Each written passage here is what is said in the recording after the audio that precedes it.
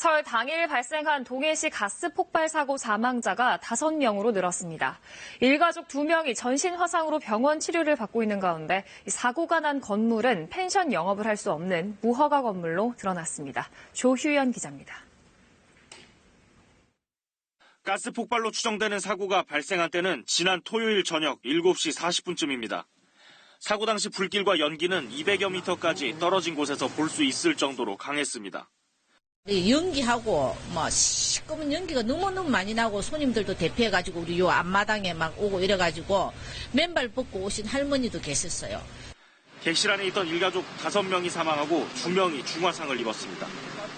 건물 앞을 지나던 행인 2명도 연기를 흡입해 병원에 옮겨졌습니다. 사고가 난 현장입니다. 창문은 완전히 깨졌고 건물 외벽은 그을음으로 뒤덮였습니다. 당시 방에는 7명이 투숙하고 있었습니다. 합동 감식에 나선 경찰과 한국가스안전공사 등 5개 기관은 일단 LP가스 배관 상태와 균열 여부 등을 다각도로 조사했습니다. 이 사고 원인은 가스 폭발은 맞습니다. 일회용 부탄가스랑 버너를 보셨습니까?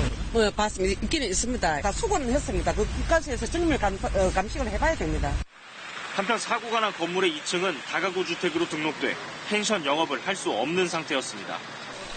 지난해 이뤄진 소방당국의 화재안전 특별조사에서 펜션 영업 사실이 드러났지만 동해시는 인력 부족을 이유로 별다른 조치를 취하지 않았습니다.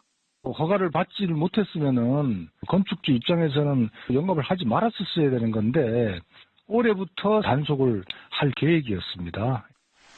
경찰은 유가족, 건물주뿐만 아니라 사고 당시 현장에 출동했던 소방관, 동해시청 소속 공무원까지도 대상을 넓혀 사고 원인 등에 대한 조사를 벌일 방침입니다.